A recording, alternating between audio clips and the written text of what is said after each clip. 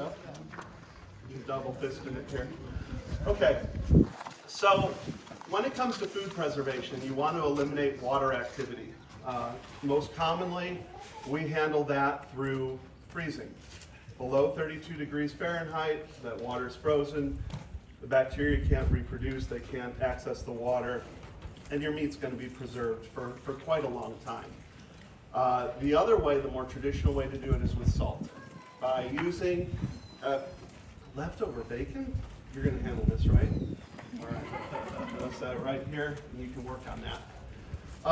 By packing your meat with at least 2.5% salt by weight, you want to make sure it's by weight because each type of salt is going to measure out at different volumes by weight. If you ever have a recipe for curing that calls for salt by volume, generally they mean Morton brand kosher salt. But by adding the salt, you're withdrawing the access to the water to any harmful bacteria. You still can have mold surviving on that meat, but typically what you're going to have is a penicillin. You'll see white mold on meat that's been left out for several weeks. You're just camping out? High five, bud. Awesome. So what we do when we're going to cure, we'll use the kosher salt, and then we'll do a minimum 2.5%. Typically for our recipe, we'll do 3% by weight. So 100 pounds of meat, we're going to use 3 pounds of salt. We like to have a little bit of sugar, so we use some brown sugar.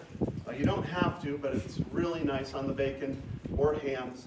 And we'll do a 2-to-1 ratio of 2 parts salt, 1 part sugar. So for 100 pounds of meat, we would use 3 pounds of salt, we'd use 1.5 pounds of sugar, and then we would have different additives like we would have maybe some garlic, some pepper, some crushed bay leaves, and that's going to add some flavor to it while we put it through the curing process.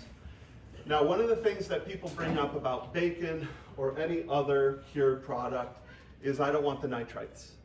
Okay, I get that. My wife, the crunchy mama, does not like me using pink salt, which is typically what's used by USDA establishments. For a fast cure, they'll typically use a cure number 1 or prog powder number 1, which is primarily salt still, but it has a bit of nitrite in it. We've been using nitrite for curing since the Roman times, and what it does is it kills off botulism. Okay? If you create an environment that's low in oxygen and within the danger zone of 40 degrees Fahrenheit to 120 degrees Fahrenheit, you are putting yourself at risk for botulism. So sausages in a sausage casing, if you have some fresh sausages and you let those go up above 40 degrees, you're starting to get into the risk area for botulism. A lot of the time you'll see like a Polish sausage, it's been cured with some nitrite. It'll have that pink color. Same thing with ham. One of the reasons that traditionally they would have put nitrite in with a ham is because they would cold smoke them. When you're cold smoking something, you're typically holding your temperature between about 90 and 110 degrees. That's in the high end of that danger zone. Bacteria love it. So if you didn't cover an area fully with salt, you might be putting yourself at risk. So nitrite is going to help reduce that risk. Now, what a lot of people come up to me and they ask questions about is, what about this uncured bacon or uncured ham or uncured pepperoni that I'm seeing at the store?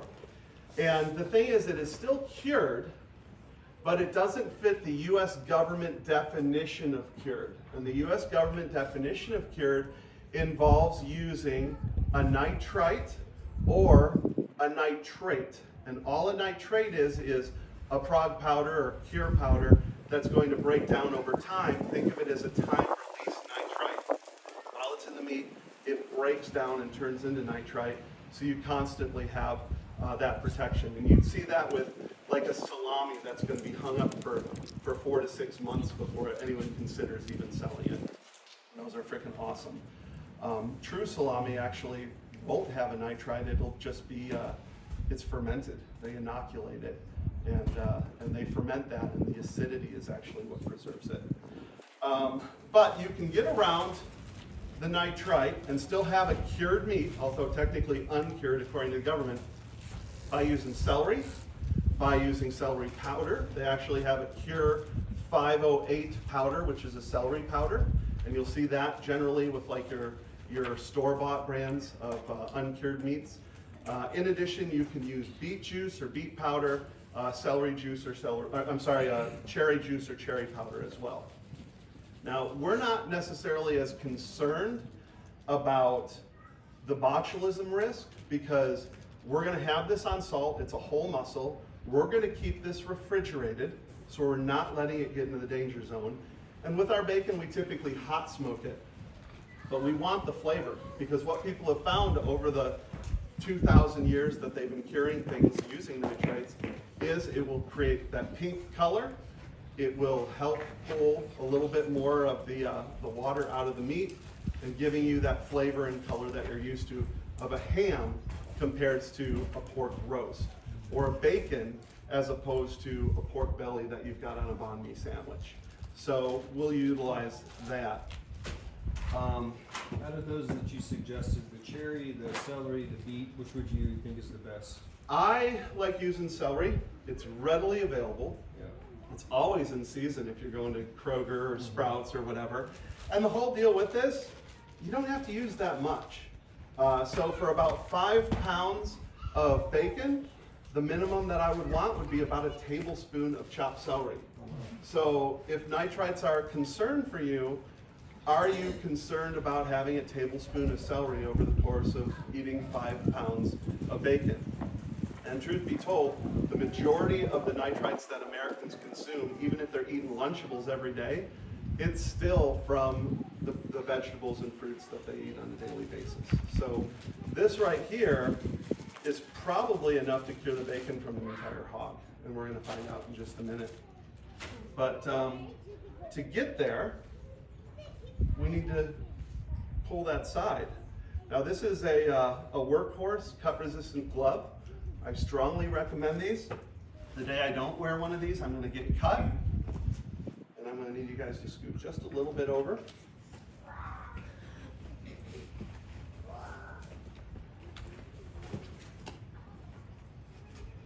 And then we just wear these over top.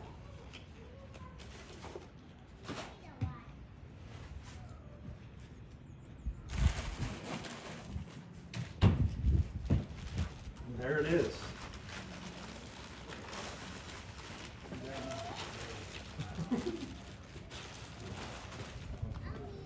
How do you not get attached to your animal before you leave? Yeah, Very hard.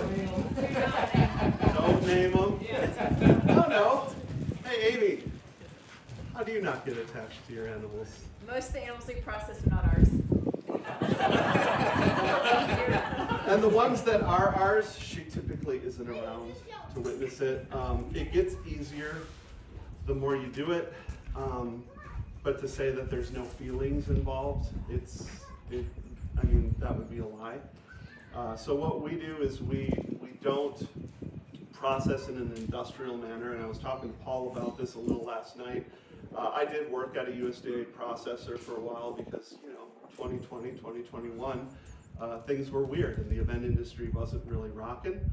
So I learned a new skill, and what I found was even at a small facility where we were doing roughly a little bit over a dozen beef a day, maybe 6 pigs, a couple of sheep or goats, once you would get past about 3 animals, at least for me, it just seemed to change. And instead of talking, oh, bring that red steer over or something like that, it's get that one done, we need to go on coffee break.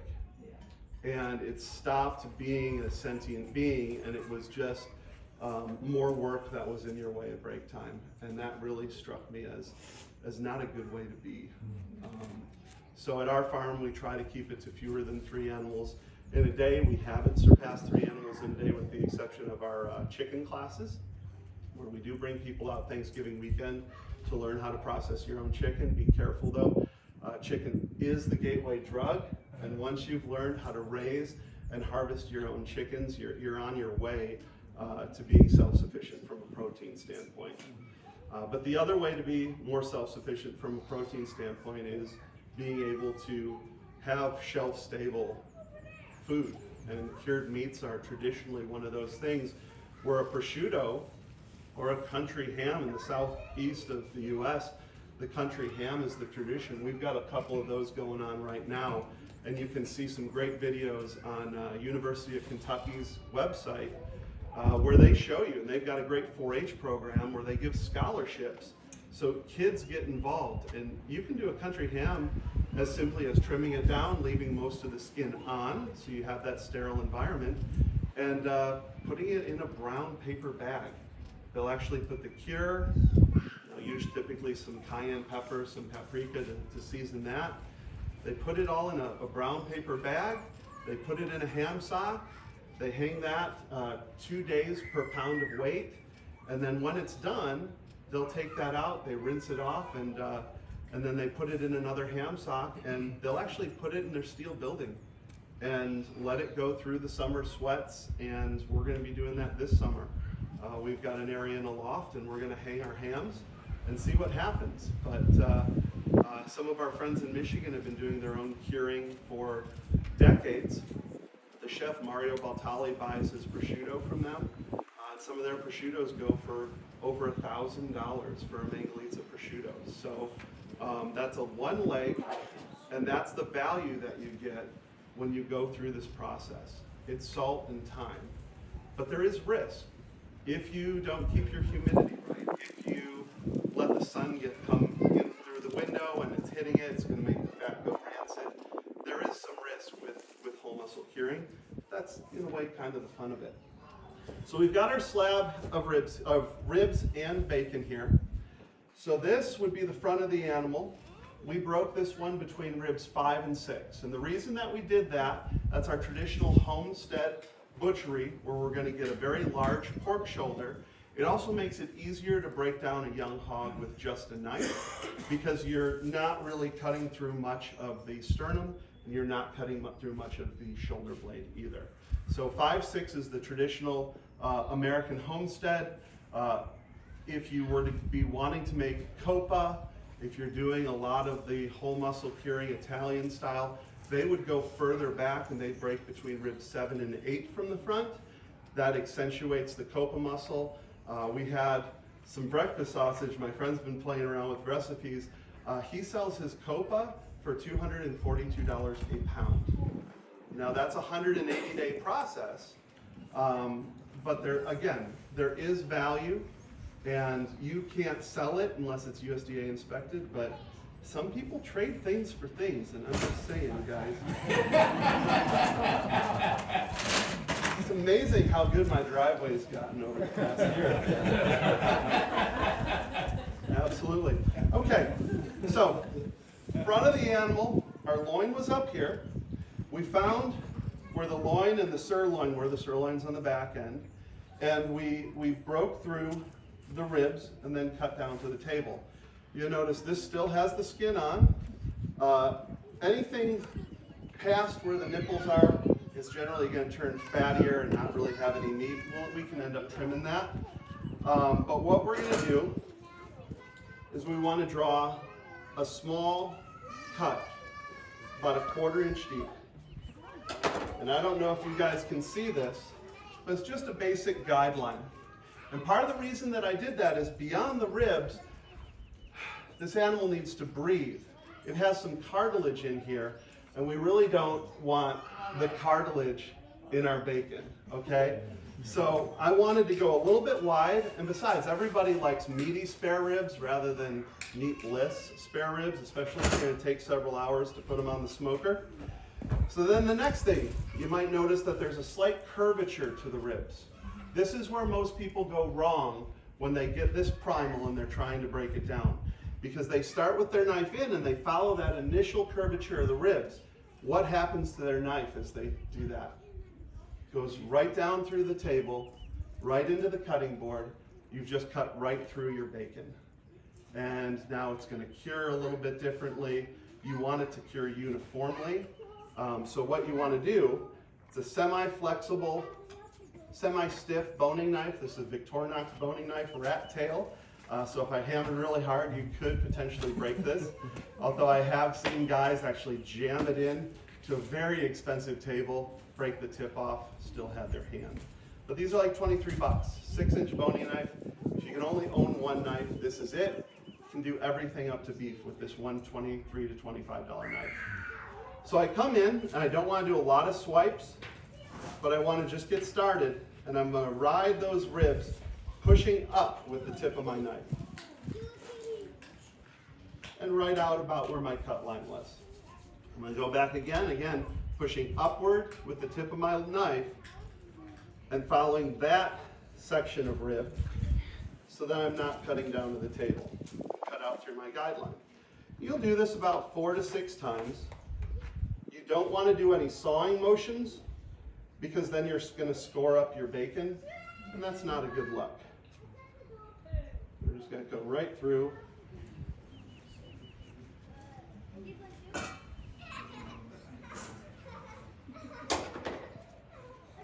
That's our spare ribs. Very tasty. Give those a new bag. I don't know if I'm going to give these back, Amy. This is on loan from a friend that I helped. But we're going to get together and eat next week.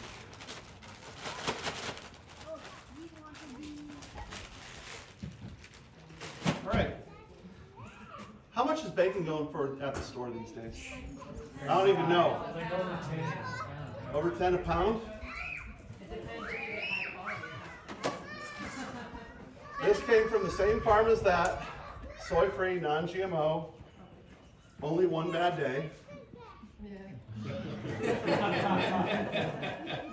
A little slow on the uptake, guys. 12.9 pounds. Do the math, somebody. Call it 10. 120, 130 bucks right there. Okay. Back during 2020, when there was all the lockdowns and people weren't able to go to hotels like they used to, I was just going through a food liquidation place called Town Talk in Halton City. You guys know the Town Talk? That's thrifting for groceries. They had full slabs like this for 20 bucks. Gosh. And I filled the freezer with them because we didn't have the butcher shop yet. So what we want to do now, if you're going to hand slice it, you could pretty well leave it as is. You can see where the ribs were. But at the back end, this is what I call the fishtail end. It's a little bit wonky. It's not really going to make the greatest bacon. You got a big blob of fat. You've got a big hunk of meat.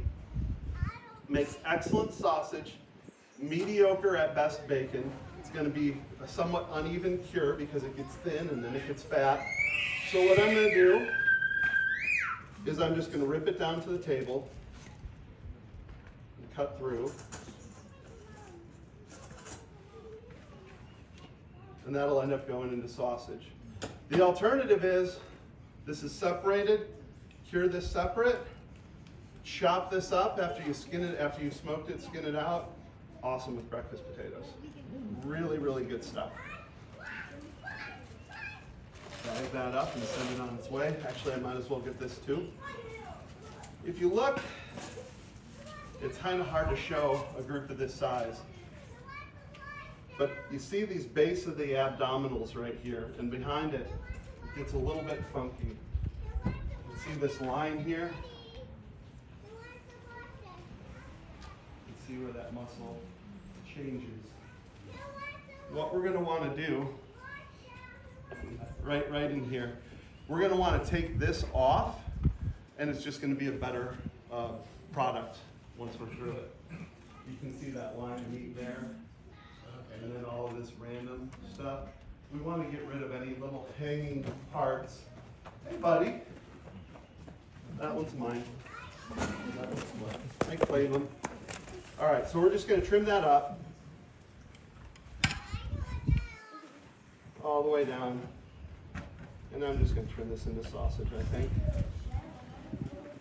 And then if we were going to cut this on a slicer, we would want to know how big the knife on our slicer is, and we would trim that to that width, so we could just take this out of cure and go through that process and slice it. This is going to end up being hand sliced. Very high tech, difficult to access technology for our cure. Oh, I think we're good. And I'm just going to cut this one in half. So we'll cut it so we have the front and the back. What thickness would you suggest for bacon? What thickness? Keep my wife happy, I would say thin. Because she does not like, she likes the crispy bacon. I like a bacon steak. Half inch. Now, you have to live until you wake up before your wife in the morning, you get your coffee going, second cup of the day, and then you cut yourself about a half-inch thick bacon steak. My goodness, what a way to start the day. So, we've got these two slabs. They're going to be hand cut. We're cool with that.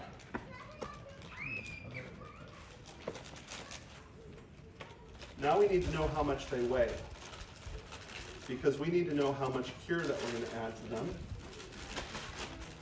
so that it cures properly. And if we do that, and then we smoke that, and you don't even have to smoke it. If you don't smoke it, you can roll it up and hang it. It's called pancetta, which is amazing. We bet. We'll be doing classes on that this coming year.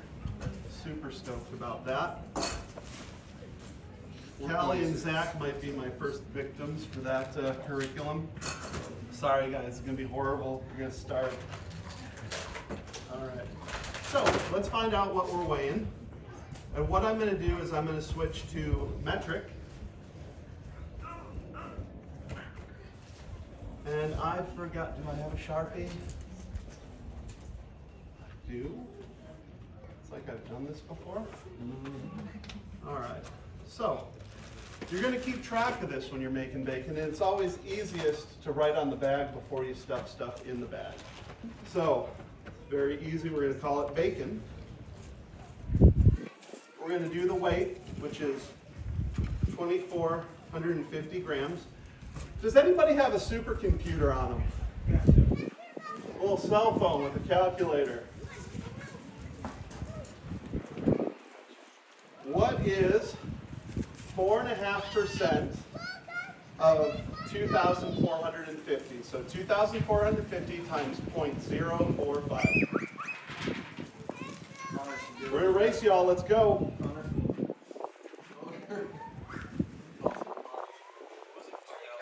2,450 times 0.045. Carry the one. 110.25. He actually showed me first. Good job. We'll call it 111 grams. All right.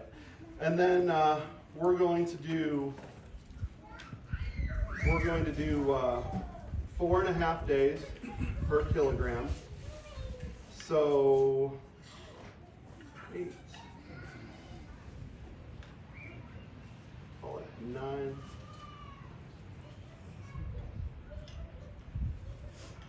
What's 11 days from now? Anybody? 11 days from now. What's the date? Oh. 25th. 20. Huh? Today's the 25th. Yeah. What's 11 days I from thought you now? asked what day it is. See, these are the questions that you're going to ask yourself while you're curing. So we usually do an assembly line. April 5th is what I'm guessing. April 5th. You're guessing it, huh, Paul? That's fine. All right.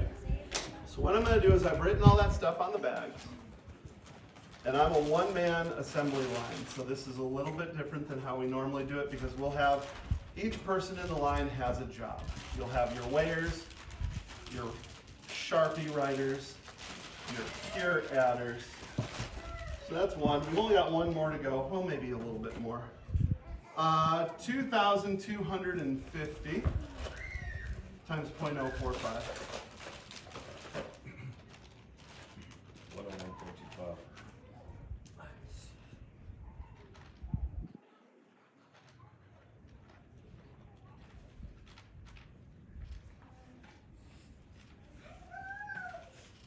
And then just to keep things easy, because you can go a little bit over on your cure time. You just don't want to be under on your cure time.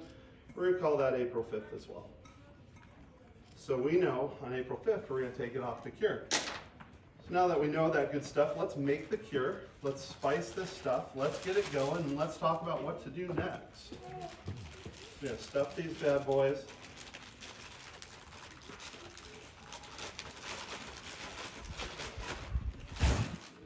And when I do it, I like to just do a bunch.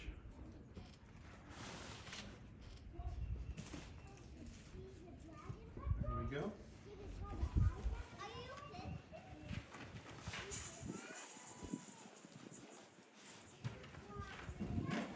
And what salt do you recommend? I'm using Morton kosher salt.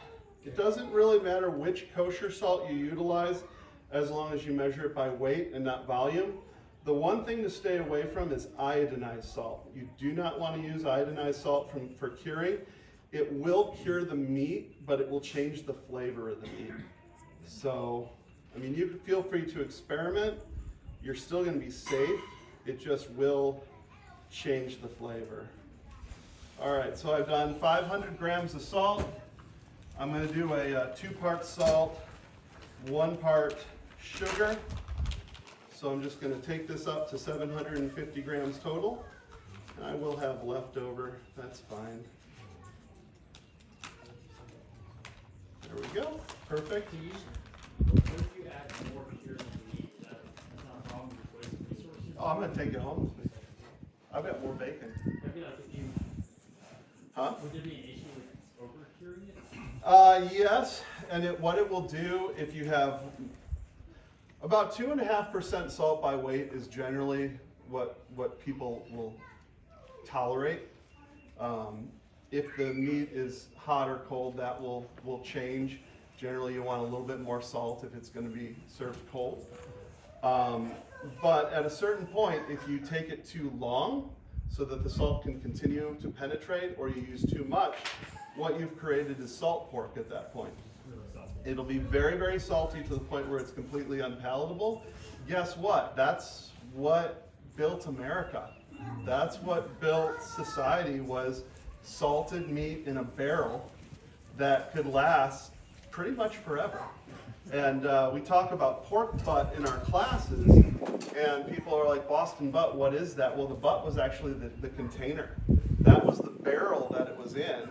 And in Boston, they tended to use more pork shoulders. Now imagine you're a sailor out at sea. You're not going to get any resupply for some time. You open up that last barrel of salt meat, and it's just a bunch of heads. All right? You'd be much happier if you opened it up and it's all beautiful pork shoulders. And that's why it's Boston butt. That was the preferred for all the whalers and the seagoing vessels. So now I've got that going. And I need, let's see here, a container to put this in, because I will take some of this home.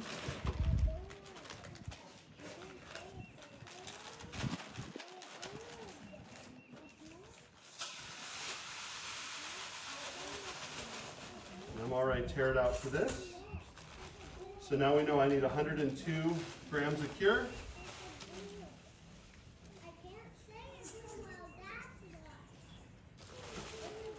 Outside of the salt, you said do kosher salt. Say I had a ton of Himalayan sea salt. Would that even work, or does it matter? Oh yeah, do it. Now, the thing with that, it isn't totally pure. It will work, but give yourself that 3% instead of the minimum 2.5. That way, you've got a little bit of a safety net there. You start going below 2.5%, or you start doing more sugar than salt, and then you're going to run into curing issues, and it might not go as well for you. So I've got that one on cure, pretty simple stuff. This one's 111. How am I doing on time, guys? It's 11:51. I don't know what that means. I think are we supposed to be eating soon? We got started. Now, in your classes you teach, do you teach the knife skills? I do. Teach them how to sharpen knives, how to use the knives, how to stay safe from the knives. And then we also do cleanup because that's part of it. Hands-on cutting? Yes, sir. Everything but the shot. And I have allowed a few students do the shot. If the Marine shows up to class, he can do the shot if he wants after he gets used to the rifle. And we use a 22 mag for just about everything. The exception, that little one, I just use a 22 long rifle. So it should be in the skull, but if anybody wins a prize today, again, it is uninspected meat. You are the inspector. But I didn't find any pass-through. Okay, so I've got my cure on. That's the most important thing. If I wanted to be done here, I could be done here. This will cure, this will become bacon. But it's not going to taste as good. And, 20 minutes? Awesome. So we want to make sure that it turns pink. We want to make sure that it gives us that signature bacon flavor. So about 1 tablespoon per 5 pounds of meat. And you can, as long as you're going over, you're going to be fine. What's going to happen is by the end of the day today, you can look in this and it is going to be already releasing its water. The celery is going to change color. It's going to be awesome. Who likes garlic here? Bacon and garlic, so good. About a tablespoon of fresh chopped garlic, maybe a little more. I like garlic. Believe it or not, bay leaves have a good deal of smell and flavor to them. These ground bay leaves, so nice for classes because when you grind bay leaves, there's so little that you actually get. So a little bit of ground is fine, or do it yourself. We use a coffee grinder when we're grinding up bay leaves. And then pepper.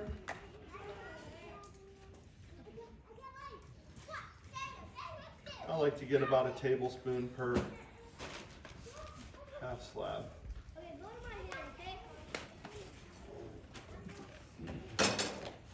So that is on cure as we speak. So what I'm going to do, if you have a vacuum sealer, you can seal these up. It's going to hold the cure that much better to the meat. These 2.5 gallon Ziploc bags do the job just fine. You want to move all that flavor around, get it all in contact with the meat all the way around, and then you're going to put this in the refrigerator. On the date that it says to take this out, and you will flip this every day, they call that overhauling. You want to make sure that all that liquid is released and spread evenly around the meat. You flip it every day. On this day, April 5th, we're going to take these out of the bags. We're going to rinse them very, very well. In some books that you read on home curing, they say, gently wash with a little bit of white wine, or get a damp rag and just gently wipe it. If you do that, there's going to be salt in every nook and cranny that you left behind in the meat. And you might think, well, that's fine. I like salt. You don't like that much salt, I promise you. I've actually rinsed cooked bacon before because it didn't get rinsed well enough. So when we take this out of cure, we're going to get it under running cold water and we're just going to scrub the heck out of it. Any nook and cranny on there, we're going to get that salt out. A good way to tell that you're doing a good job is if all the chunks of bacon and all the celery is off, you're probably on the right path there. So the day we take it off, April 5th, we're going to rinse it really well. We're going to set it in the fridge. You can set it on a plate. I've got a walk-in cooler, so I've got a little bacon hanger or a little hook. I'll hang these. I'm going to let them hang for 1 to 2 days. And what that's going to do, it's going to create what's called a pellicle on the meat. Now the pellicle, it's just dried surface. It's a little bit tacky. We want that because we want the smoke to really adhere well and flavor that meat. So after it's sat for at minimum overnight, and if you don't do this, it's still going to be great, but you want it to be better if you can. So let's develop that pellicle. I'm going to take this, I'm going to put it skin side down, and that's right, we still have the skin on it. I'm going to put skin side down on my smoker, and I'm going to put a little probe in there, I'm gonna smoke it at 250 degrees until it hits an internal temp at 135. And there's our kill step right there, okay? Again, that's a hot smoke, it's not a cold smoke, but even if it was a cold smoke, we did have nitrites that we cured on this. Now, once I've smoked it, I'm gonna put it back in the fridge overnight because you don't wanna try to slice hot, oozy bacon slabs. It just doesn't go well. Ask me how I know. So what you do is you let it set back up overnight. The next morning, I will skin this out. I'll take that skin and I'll slap it on a skillet, let that render out a little bit of the fat that's in it, because that skin has a good deal of fat, and that's part of the reason we scald and scrape, is we want to get the entire harvest. Throw some potatoes in there, some garlic, some rosemary, it's awesome. And then slice this, fry it and serve it, or you can freeze it too. Now, once you take it off cure, you don't have to smoke it. You don't have to even refrigerate it. What you can do is you can cure it, it's cured, you can hang it, and you want to keep it out of direct sunlight. You want it to be ideally about 60 to 70 degrees and 60 to 70% humidity. And what you have is essentially a shelf-stable cured meat.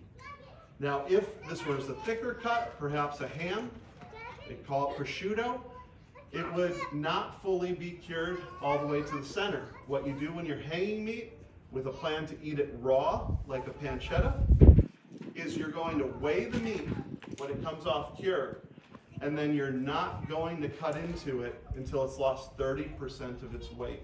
And that's drying over time, pulling that water out of the meat. And what needs the water? Bacteria. All right? Now, when you do hang meat, you generally will have some of the mold, maybe penicillin or something like that coming on it. Keep an eye on it. If things start looking a bit funky, you can wipe it down with a little bit of vinegar, and it will do a very good job of getting rid of the fungus. And our general USDA approved sanitizer that we're using, real expensive stuff. It's a 50-50 mix of distilled white vinegar like you get at Walmart and water. And that gets it done. And that's actually what was used at the USDA plant to wash down entire animals. Covered quite a bit. I'm going to get this in the cooler. You can also pull bacon off of the head. It's called jowl bacon. This one's a little bit small, but I brought this for Paul in case he wants it. Any questions on butchery, harvesting, curing?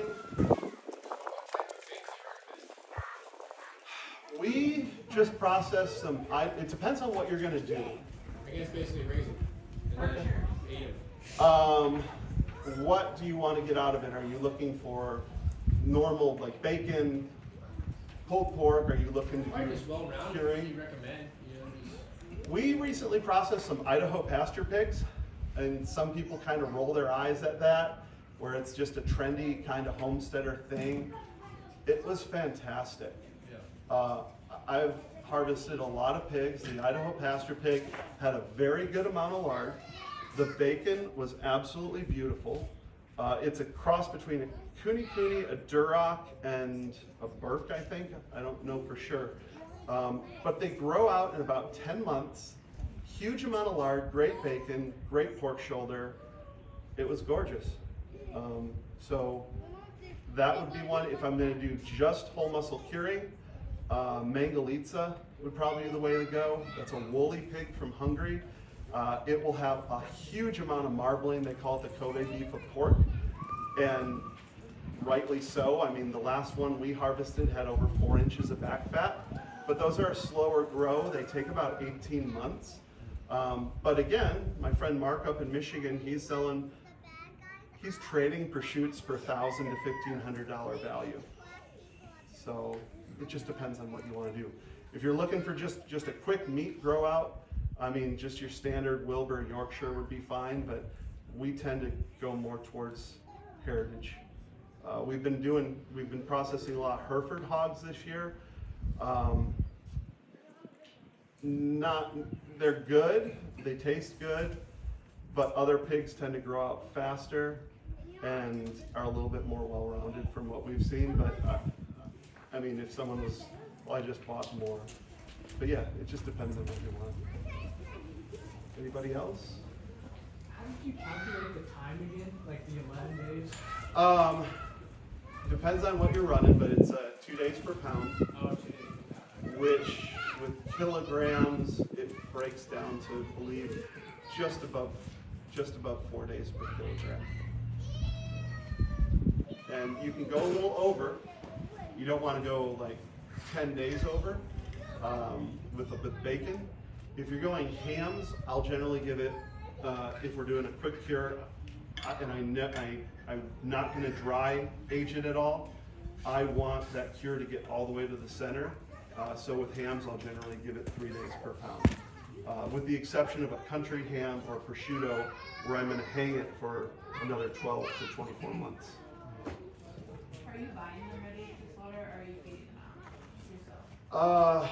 Well, our farmer is selling their land right now, so I'm taking ownership of 6 pigs next week, and we'll be raising them. We had been raising American guinea hogs, which are very easy to raise homesteader hog. They take a little bit longer than most, but they get fat on here. So, Are you raising cattle? yes, we raise mini Hereford cattle and Dutch belted. We're going to be transitioning, I think, to get some beef master genetics, because I really like how those finish on an all-grass system. So you're doing all grass. Yeah. For pigs, silvopasture, soy-free, non-GMO, and Tony seed. So what we're gonna use are one of the only types of cattle that can marble alone on grass. We raise more on per process. Is that what you raise? We raise whole blood mains and we raise Herefords, but we show cattle and the ones that aren't show quality. We need to talk. So, yeah. Yeah. Right on. You want to explain the menu? Amy, do you want to explain the menu, since you were the one that created that beautiful menu page while I clean up? I can explain it, or go ahead. Yeah, everything is gluten and dairy free, just naturally the recipes that we chose. And if you have any specific questions, you can ask our chef that's here. And then we got as much as we could organic or locally sourced. So, do you want to? And then the other thing is the approach to serving the pig. You wanted to show them how to do the pulled pork, and whoever wanted to do it on their own, and It's then crispy. some would be. Yeah, I mean, I'm interested because I want to see how it turned out. So yeah, we can head over there right now. All right. And yes, I might need another mic. Well,